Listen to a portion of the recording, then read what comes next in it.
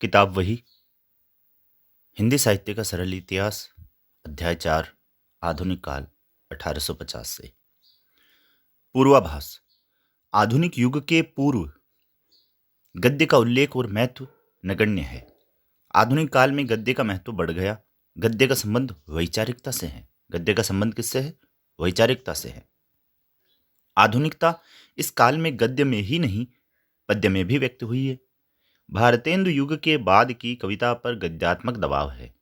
आजकल तो कविता की भाषा लगभग गद्य हो गई है। गद्यात्मकता का दबाव भारतेंदु युग से ही प्रारंभ हो गया था। आधुनिक युग में निबंध, नाटक, उपन्यास, कहानी, रेखाचित्र, आलोचना आदि गद्य की विधाएं हैं।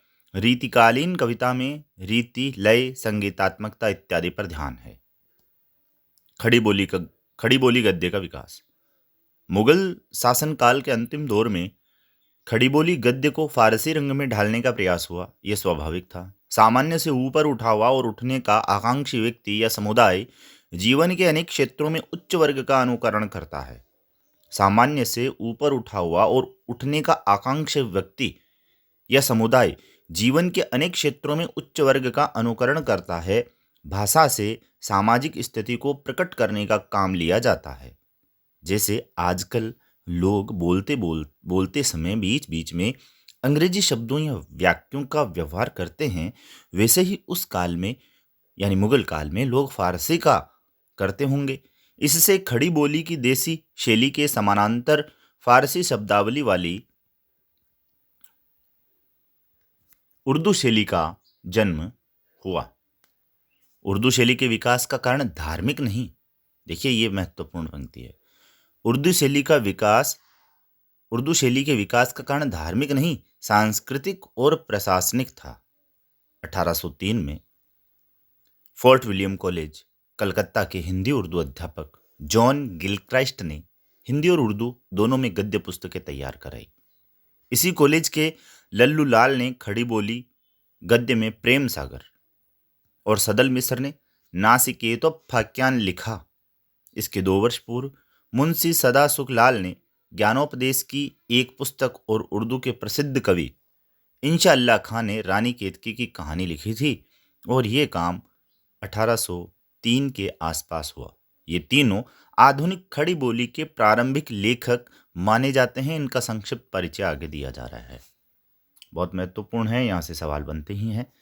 मुंशी सदा सुखलाल नियाज 1746 से 1824, ये दिल्ली के रहने वाले थे। ये उर्दू फारसी के भी लेखक थे। इन्होंने सुख सागर लिखा और एक ज्ञानोपदेश वाली पुस्तक लिखी जिसकी भाषा सहज एवं प्रभामयी है। इनकी खड़ी बोली के गद्य पर कथावाचकों तथा पंडितों की शैली का प्रभाव है, किंतु उनकी भाषा की सहजता नष्ट नहीं हुई। तो कथावाचकों और पंडितों की शैली तो मुंशी सदा सुखलाल नियाज के लिए आएगा। इंशा अल्लाह खां 1756 से 1817। इंशा अल्लाह खां उर्दू के प्रसिद्ध कवि थे। इन्होंने उदय भानचरित या रानी केतकी की कहानी लिखी। इनकी भाषा चटकीली और मुहावरेदार है। उन दिनों किस्सा गोई की कला काफ़ी प्रचलित थी। इंशा अल्लाह खां के गद्य पर इस शैली का प्रभाव है। भाषा तो इनकी नगरों की है, किंतु शैली अलंकृत या चुलबुली है। बीच बीच में पद्य जैसे तुकबंदी उन दिनों के उर्दू गद्य लेखन में मिलती है। वह लल्लू लाल के यहाँ भी है और इंशा अल्लाह खां के यहाँ पे। उदाहरण के लिए पंक्ति देखिए, ये कैसी चाहत है जिसमें लहू बरसने लगा और अच्छी बातों को जी तरसने लगा। लल्लू लाल जी 1763 से 1825। लल्लू लाल जी ने खड़ी बोली गद्य में प्रेम सागर लिखा। सदा सुखलाल ने सुख सागर लिखा और लल्लू लाल जी ने प्रेम सागर लिखा। अरबी फारसी के शब्दों का इन्होंने अपने गद्य में बहिष्कार किया। भाषा की सजावट प्रेम सागर में पूरी है। विरामों पर तुकबंदी के अतिरिक्त वर्णनों में वाक्य भी बड़े बड़े आए हैं और अनुप्रास भी यत्र तत्र है। मुहावरों का प्रयोग कम है। सदल मिस्र, 19वीं सदी का प्रारंभ। इन्होंने भी लल्लू लाल जी की तरह फोर्ट विलियम कॉलेज के लिए खड़ी बोली में गद्य की पुस्तक तैयार की। पुस्तक का नाम है नासिकेतोपाख्यान। इसकी भाषा में पूर्वीपन है। ये आरा बिहार के रहने वाले थे। इनकी भाषा बहुत कुछ व्यवहारोपयोगी है। खड़ी बोली गद्य के इन चारों प्रारंभिक लेखकों में मुंशी सदासुख लाल नियाज का गद्य अधिक व्यवस्थित और व्यवहारोपयोगी है। राम प्रसाद निरंजनी के भाषा योग वशिष्ठ की ही परंपरा में उनका गद्य है। गद्य का विकास करने में ईसाई मिशनरियों, शिक्षा प्रसार के लिए लिखी गई पुस्तकों, ब्रह्म समाज, आर्य समाज और वैचारिकता को प्रकट करने और आगे बढ़ाने वाली पत्र पत्रिकाओं का हाथ है। इस युग में गद्य आवश्यकता बन गया। गद्य के इस विकास में छापाखानों की बहुत बड़ी भूमिका है। छापाखानों के बिना इतनी अधिक संख्या में पुस्तकें मुद्रित नहीं हो सकती थी। पत्र पत्रिकाओं के प्रकाशित होने की तो कल्पना भी नहीं की जा सकती थी। अंग्रेजी की शिक्षा के प्रसार के साथ साथ हिंदी उर्दू की भी पढ़ाई व्यवस्था सरकार ने की। इसके लिए पुस्तकों के प्रकाशन की भी व्यवस्था हुई। 1833 के आसपास आगरा में स्कूल बुक सोसाइटी की स्थापना हुई, जिसने कथासार नामक पुस्तक प्रकाशित कराई। कथासार मार्समैन के प्राचीन इतिहास का अनुवाद था। 1840 में भूगोलसार और 1847 में रसायन प्रकाश छपा। इस तरह हिंदी गद्य में पाठ्य पुस्तकों का प्रकाशन प्रारंभ हुआ। ईसाई धर्म के प्रचार का प्रभाव हिंदू जनता पर पड़ रहा था। ऐसी स्थिति में हिंदू जनता को उस प्रभाव से बचाने का उद्यम होना अनिवार्य था।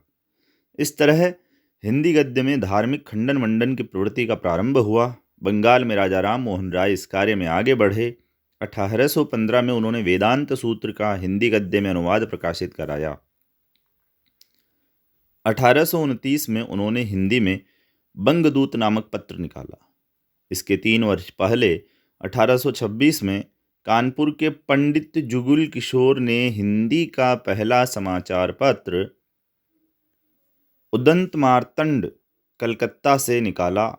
ये विचित्र संयोग था कि हिंदी के प्रारंभिक समाचार पत्र हिंदी क्षेत्र में नहीं, उसके बाहर कलकत्ता से निकले। राजा राम मोहन राय जैसे महान देशभक्त समाज सुधारक ने हिंदी गद्य का अखिल भारतीय महत्व समझा। हमें हिंदी के प्रथम समाचार पत्र के गद्य का ये नमूना देख लेना चाहिए।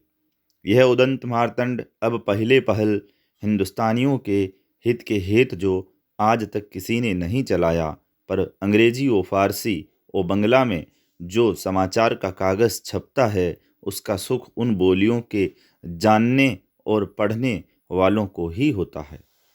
समाचार पत्रों की भाषा यथासंभव रूढ़ियों से मुक्त एवं व्यवहार उपयोगी होती है। यह तात्कालिकता की अभिव्यक्ति करती है। उदंत मार्तंड की भाषा इन गुणों को ग्रहण करने लगती है। 1845 में राजा शिव प्रसाद सितारे हिंद ने बनारस अखबार निकाला। इसकी लिपि देवनागरी थी, लेकिन भाषा उर्दू की ओर झुकी हुई। 1845 में राजा शिव प्रसाद सितारे हिंद, काशी, बनारस अखबार, लिपि देवनागरी, लेकिन भाषा उर्दू की ओर झुकी हुई थी। बनारस से ही 1850 में सुधाकर निकला।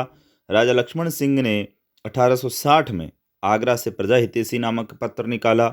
1863 में आगरा से लोकमित्र निकला। 1867 में नवीन चंद्र ने ज्ञान प्रदायनी पत्रिका का प्रकाशन प्रारंभ किया। आशय यह है कि हिंदी क्षेत्र में वैचारिक विविधता का रूप पत्र पत्रिकाओं के माध्यम से सामने आने लगा। इससे हिंदी जीवन व्यवहार की भाषा के रूप में तेजी से विकसित होने लगी। 1837 में तत्कालीन संयुक्त प्रांत, अब उत्तर प्रदेश के सब दफ्तरों की भाषा उर्दू कर दी गई। इसका प्रभाव यह पड़ा कि शिक्षित होने का अर्थ हो गया उर्दूदां होना। हिंदी केवल धर्मकथा, पुराण आदि को सुनने सुनाने और स्त्रियों के लिए व्रत त्योहार की भाषा बनकर रह गई। उर्दू के समर्थन में आए गार सादत तासी और सर सैयद अहमद ने बहुत प्रयास किया। हिंदी के लिए उद्योग करने वालों में फ्रेडरिक पिंकार्ट का नाम सदैव स्मरणीय रहेगा। शिक्षा विभाग के अधिकारी राजा शिव प्रसाद सितारे हिंद प्रारंभ में हिंदी के समर्थक थे, किंतु बाद में वे उर्दू के हिमायती हो गए। इस युग में राजा लक्ष्मण सिंह ने अभिज्ञान, शाकुंतलम और रघुवंशम के गद्य अनुवाद द्वारा हिंदी का साधु रूप सामने लाकर उसका पक्ष सुदृढ़ किया। पंजाब के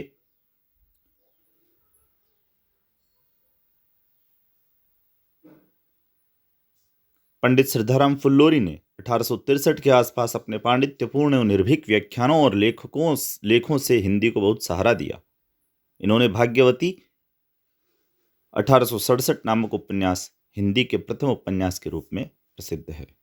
आज के लिए इतना ही, बाकी फिर कभी। धन्यवाद। बढ़ते रहिए, पढ़ते रहिए, उत्साहित रहिए। धन्यवाद।